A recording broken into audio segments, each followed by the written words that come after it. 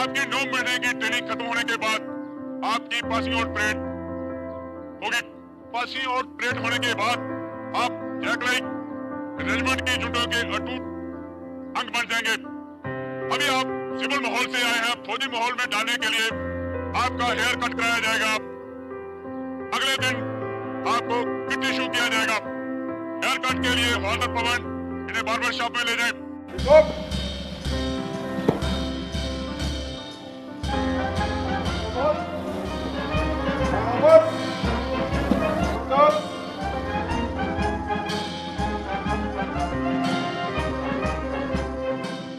Recruits को पता था कि अब उनकी जिंदगी में कई तब्दीलियां आने वाली हैं।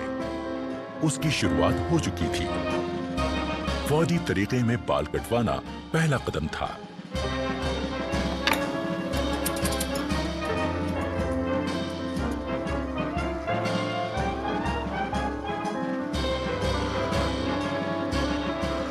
छोटे छोटे बालों को कम रख रखाव की जरूरत पड़ती है और इंसान दिखने में चुस्त और स्मार्ट लगने लगता है।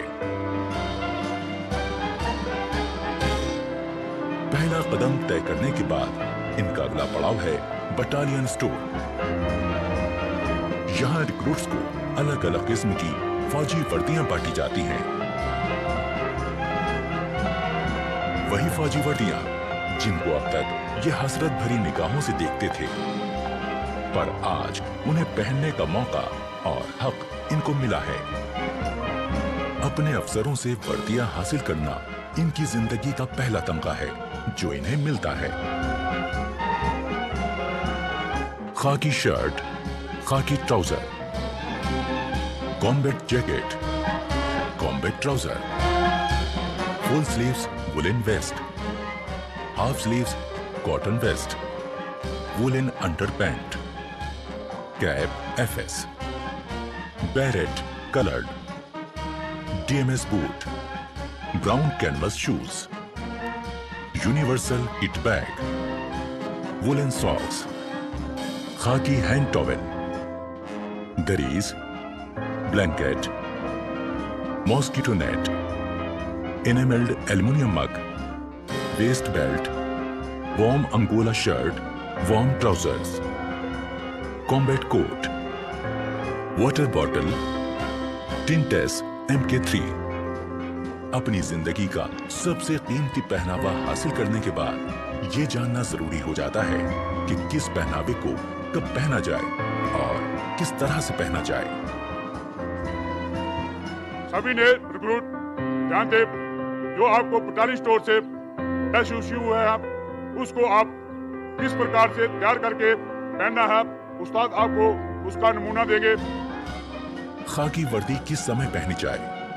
ड्रिल के समय, पढ़ाई लिखाई की क्लासेस के समय, हथियार की ट्रेनिंग के समय, फायरिंग के समय या अन्य फौजी ट्रेनिंग के समय। कॉम्बैट ड्रेस, कैंप ट्रेनिंग के दौरान। मुफ्ती ड्रेस, बड़ा खाना के वक्त, MMG ब्लॉक में जाने के लिए, बाजार जाने के लिए, किसी जश्न के मौके पर। पीटी ड्रेस, पीटी और खेलों के दौरान। सोने के वक्त पहनी जाने वाली वर्दी। सबसे पहले आपको किस प्रकार से तैयार करना है, उस्ताद आपको उसका नमूना देगा। आप अच्छी तरह उसे देखें और समझें। उस्ताद आशीर्वाद। वर्दी को पहनने का सलीका आना निहायत जरूरी है। पहली नजर में किसी फौजी को किसी आम आदमी से जो चीज अलग करती है वो है पहनावे का सलीका। ये रिक्रूट्स को समझना बहुत जरूरी है। इसकी शुरुआत हुई सजीली और रोबेली टोपी से, यानी बैरेट से। सबसे पहले बैरेट के अंदर रुई वाले हिस्से को बाहर निकालें और बैरेट के ऊपरी भाग को पानी में भिगो दें। भिगोने के बाद इसे निचोड़ें और झाड़कर उसका पानी निकाल दें। पानी अंदर ले जाता है जिसको हम साइड में लेके इसको हल्का सा छंडना है। 2 3 4। अब रुई वाले हिस्से को फिर से अंदर डाल दें। इसके बाद दोनों हाथों की मुट्ठी बंद करके टोपी को ऐसे घुमाएं कि वो पहले जैसी सूरत में आ जाए। अब बारी है इसको सिर पर बैठाने की, पर उससे पहले ध्यान रहे कि बैच के अंदर की तरफ की इस लिट को बाईं आंख की सीध में रखते हुए पहनना है।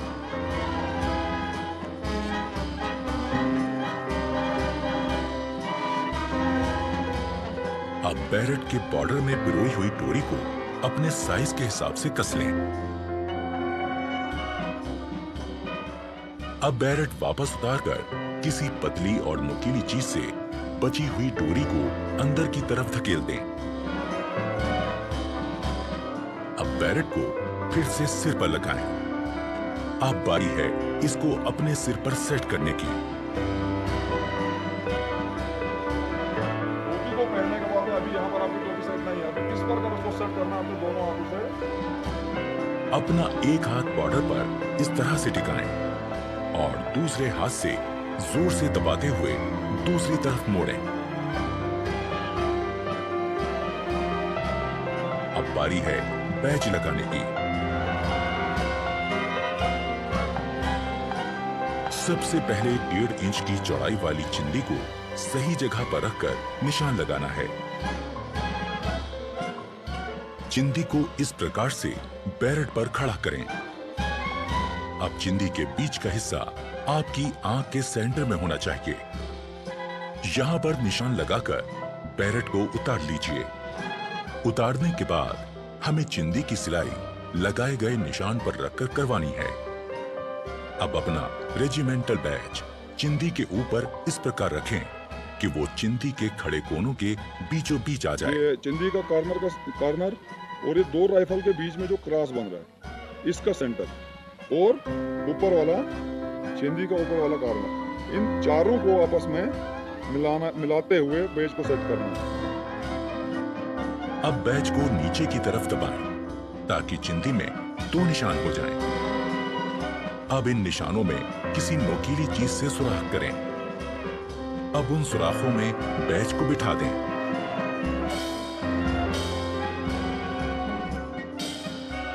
अब इसे पलटकर अंदर की तरफ से ये पिन इस प्रकार से लगा दें।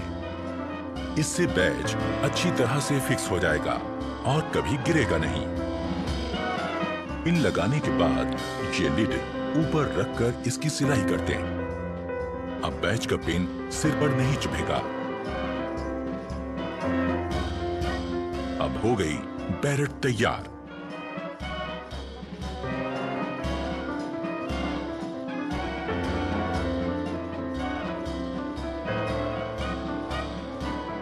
शोल्डर बैच को सरकाकर एकदम नीचे की तरफ लगाएं, जिससे वो ढीला ना रहे।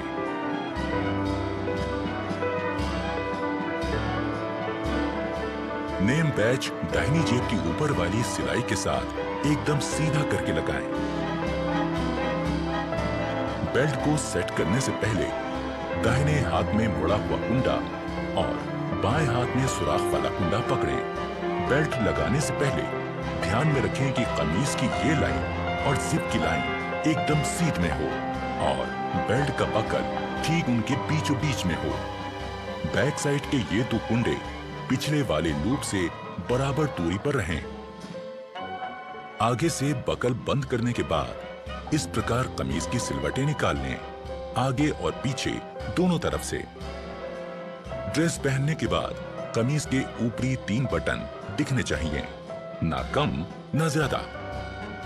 पैंट पहनने के बाद जूते के केवल 2 फीते ही दिखने चाहिए।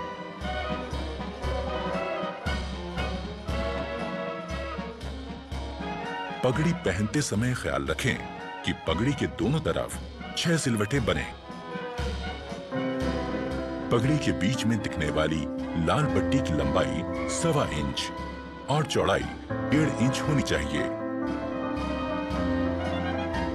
कॉम्बैट ड्रेस में आगे की तरफ लगा पाउच इस्तेमाल होगा एम्यूनिशन रखने के लिए, जिससे फौजी के हाथ खाली रहें। पीछे लगे बैग में होगा एम्यूनिशन के साथ गुजारे लायक जरूरी सामान।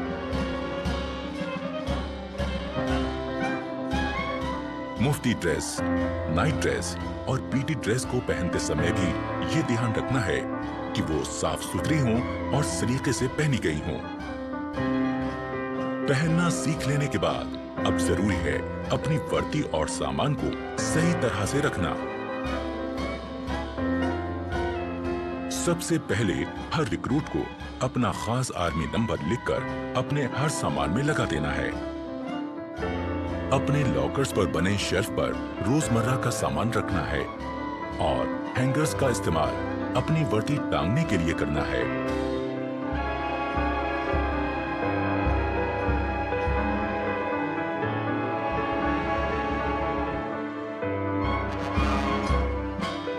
शाम होने के बाद नाइट ड्रेस पहनकर अपने कपड़े और जूते दुरुस्त करें और आने वाले कल की तैयारी करें।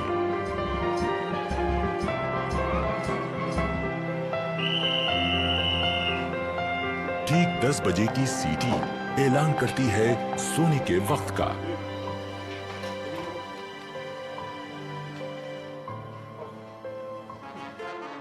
अगले दिन की शुरुआत होगी सुबह 5:45 बजे के बिगुल से।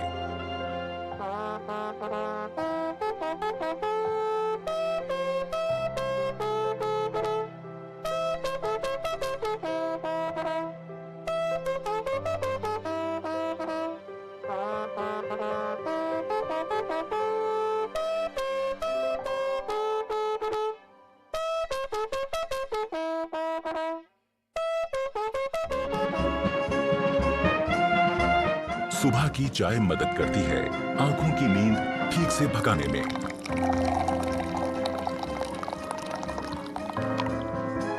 चाय के बाद का वक्त है बाथरूम की तरफ रुख करने का, पर बैरक छोड़ने से पहले यह जरूरी है कि आप अपना बिस्तर दुरुस्त करके जाएं। अपने स्लीपिंग बैग को ठीक से समेटें और बिस्तर सीधा और साफ करें।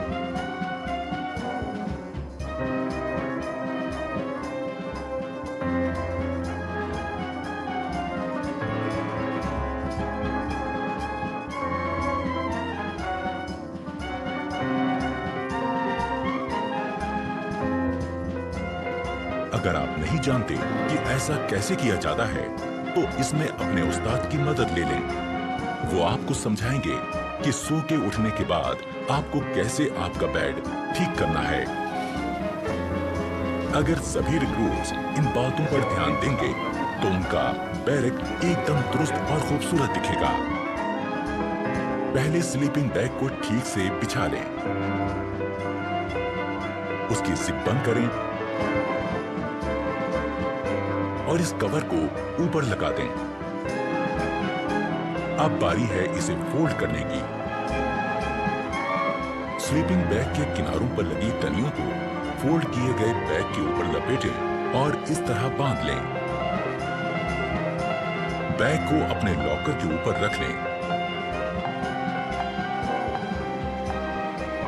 अब बारी है बिस्तर को ठीक करने की। पहले चादर की सारी सिलवटें ठीक करें।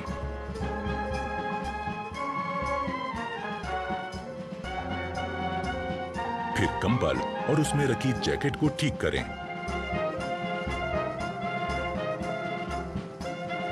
ख्याल रहे कि जैकेट और कंबल की सारी तह एक बराबर आए।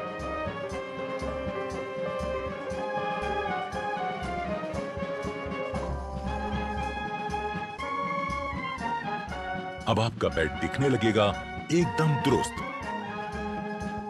सुबह उठकर ब्रश करना भी निहायत जरूरी है। ये सुबह सुबह आपको ताजगी का एहसास देता है। ब्रश के ऊपर टूथपेस्ट का मुंह रखें, उसे हल्के से दबाएं और टूथपेस्ट को ब्रश पर फैलाएं। हमें ब्रश करना है आहिस्ता आहिस्ता, ऊपर से नीचे और नीचे से ऊपर की तरफ, जो कि हमारी दांतों की बनावट के हिसाब से एकदम सही है।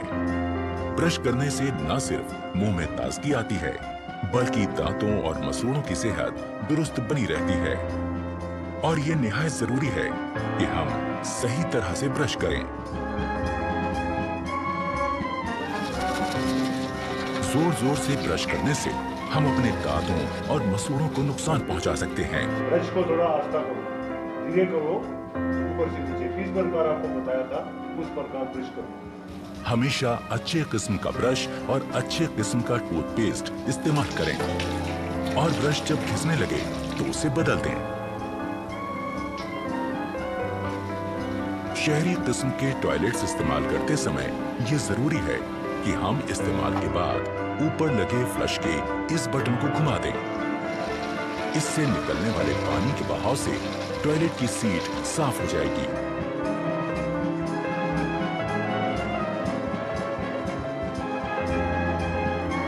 टॉयलेट इस्तेमाल करने के बाद हाथ धोना भी जरूरी है, पर सिर्फ पानी से हाथ धोना काफी नहीं है। हाथ किसी बढ़िया किस्म के साबुन से धोएं, इससे हाथों के तमाम कीटाणु मर जाएंगे। एक रौबदार और खुशनुमा शख्सियत के लिए जरूरी है चेहरे का रुआब, और इसे पाने के लिए जरूरी है कि हम रोज सुबह शेव करें। सबसे पहले शेविंग क्रीम चेहरे पर लगाएं, ब्रश को गीला करें और शेविंग क्रीम के साथ चेहरे पर चलाएं। चेहरे पर शेविंग क्रीम अच्छी तरह से लग जाने के बाद ब्लेड लगाकर अपना रेजर तैयार करें। ख्याल रहे कि आपका रेजर और ब्लेड अच्छी क्वालिटी का हो, और जब रेजर चेहरे पर सख्त लगने लगे तो उसका ब्लेड बदल दें। धीरे धीरे इस प्रकार चेहरे पर लगी क्रीम वाले हिस्से पर रेजर को चलाएं। रेजर दाढ़ी के बड़े बाल काटता चला जाएगा। शेव हो जाने के बाद तौलिए से अपना मुंह साफ करें। इसके बाद आपको लगाना है आफ्टर शेव लोशन। यूं होगी दिन की शुरुआत एक तरोताजा चुस्त दुरुस्त रिक्रूट की।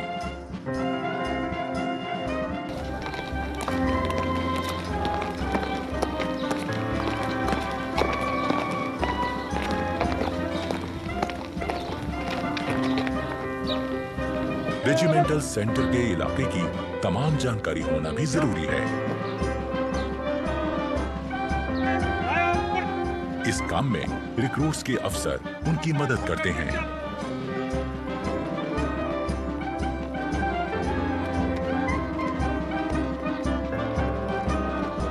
अपने रेजिमेंटल सेंटर को पहली बार घूमकर देखना एक रिक्रूट के लिए अपने आप में एक बहुत अहम और सुहाना सफर होता है।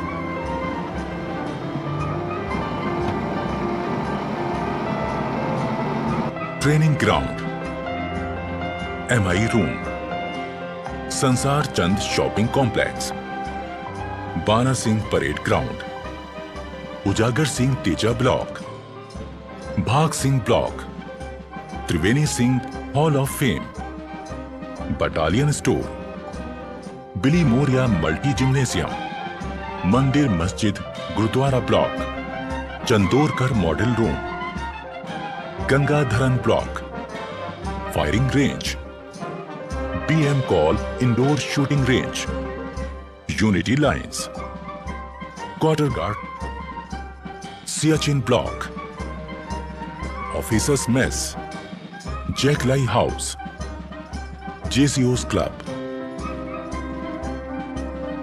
चुन्नीलाल द्वार और शहीदों को सलामी देता हुआ वॉर मेमोरियल।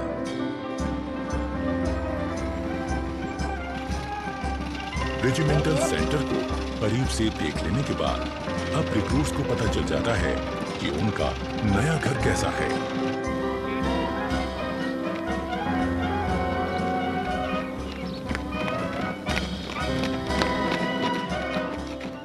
नए आए रिक्रूट्स के लिए यह भी जान लेना जरूरी है कि खान पान का सही तरीका क्या है।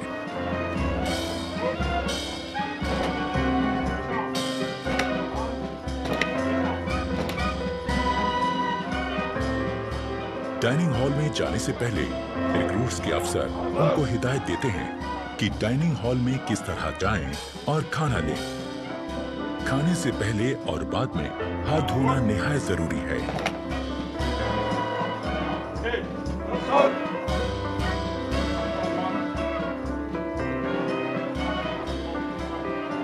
रिक्रूट्स को एक एक करके अंदर जाना है। अपने प्लेट, चम्मच और ग्लास लेकर एक लाइन में अपनी बारी का इंतजार करना है। रेजिमेंट में आने के पहले दिन से ही रिक्रूट्स की जिंदगी में बदलाव शुरू हो गया। आज वो अपने तमाम साथियों के साथ मिलकर एक जैसा खाना खाएंगे, एक बहुत बड़े परिवार की तरह।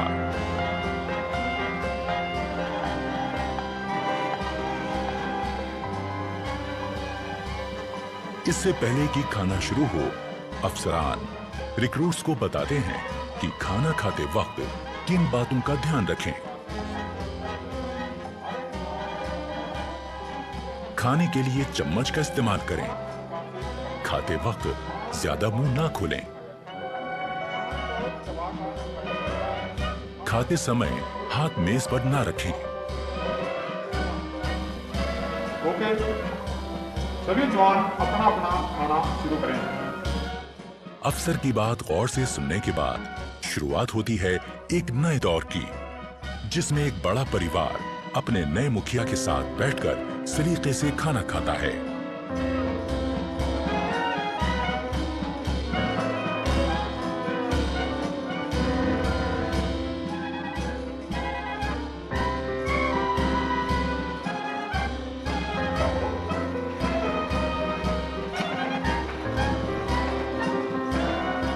खाने के बाद सबको एक साथ उठकर बाहर जाकर अपने बर्तन धोकर रखने होते हैं।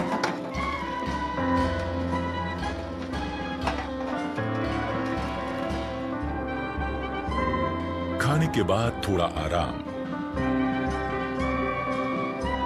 और फिर 5 बजे का वक्त है खेलों का।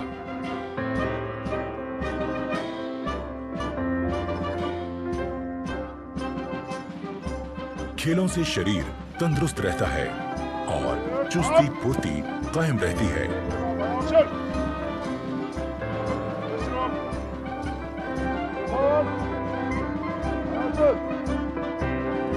अपनी पसंद और काबिलियत के हिसाब से रिक्रूट्स अपना खेल चुन सकते हैं।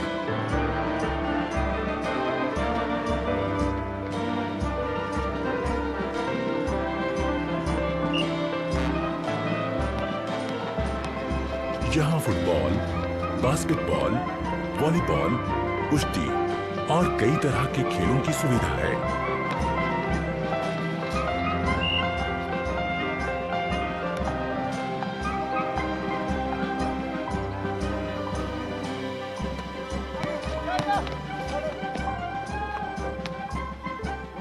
शाम होते ही क्वार्टर गार्ड से निकलती बिगुल की आवाज दिन की कार्यवाही खत्म होने का ऐलान करती है।